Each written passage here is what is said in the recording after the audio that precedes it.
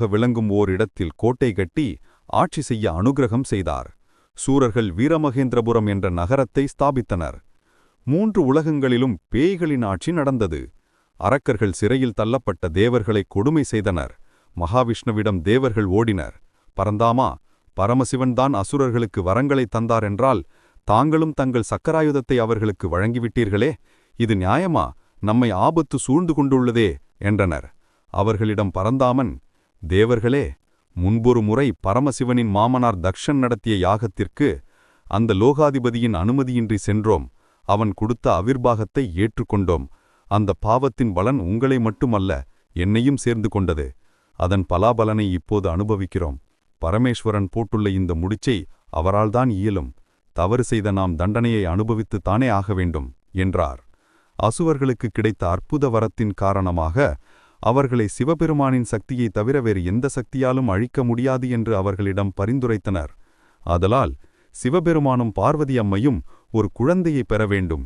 சிவபெருமான் தியானத்தில் இருப்பதால் பார்வதியின் மீது ஈர்ப்பை ஏற்படுத்த வேண்டிய தேவை இருந்தது.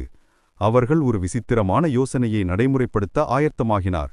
காதலின் கடவுளான மன்மதனை அழுகி சிவபெருமானின் கவனத்தை அவருக்கு சேவை செய்து கொண்டிருக்கும் பார்வதியின் மீது காம பார்வையாக விழ வைக்க வேண்டும் என்று கோரிக்கை வைத்தனர். மன்மதனும் அவர்களின் கோரிக்கையை ஏற்று கந்தமாதன பர்வதத்திற்கு சென்றார். அங்கு அவர் தனது வில்லிலிருந்து காதலை தூண்டும் அம்புகளை சிவபெருமானை நோக்கி எய்தினார். அவை தனது தவத்திற்கு ஏற்பட்ட தொந்தரவாக கருதி கோபமடைந்த சிவன் தன்னுடைய 3வது கண்ணை திறந்தார். அதனால் வெளியே அதிபயங்கர நெருப்பு பிளம்பு ஏற்பட்டது.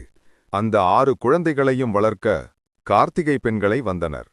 அப்போது திருமால பெண்களிடம், தேவியரே, நீங்கள் ஆளுக்கொரு குழந்தையை எடுத்துக்கொள்ளுங்கள் என்றார். அவர்கள் சரவண பொய்கை சென்றனர். தாமரை மலர்களின் மீது குளிர் நிலவாய் காட்சியளித்தனர் குழந்தைகள். குழந்தைகள் படுசுட்டிகளாக இருந்தன. அவர்களின் விளையாட்டிற்கு அளவே இல்லை.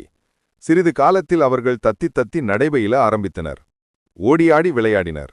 இதை பார்த்து தாய்களுக்கு கொண்டாட்டமாயிருந்தது. பார்வதி தேவி 6 குழந்தைகளையும் இழுத்து கட்டி அணைத்தாள். அப்போது 6 குழந்தைகள் ஒரு குழந்தையாக மாறினது. அப்பிள்ளைக்கு கந்தன் என்ற திருநாமம் உண்டானது. கந்தன் என்றால் ஒன்று சேர்க்கப்பட்டவன் என்று பொருள். முருகனை வளர்த்து ஆளாக்கிய கார்த்திகை பெண்களிடம் சிவன், இந்த பிள்ளையை நல்ல முறையில் வளர்த்து ஆளாக்கிய நீங்கள் அனைவரும் வானில் நட்சத்திர மண்டலத்தில் என்றென்றும் நிலைத்து வாழ்வீர்கள். உங்களை நினைவுபடுத்தும் வகையில் முருகனுக்கு கார்த்திகேயன் என்ற பெயரும் இனி உலகில் வழங்கும்.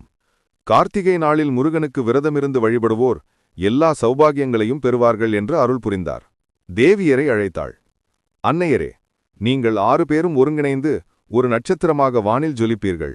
உங்கள் திருநட்சத்திரம்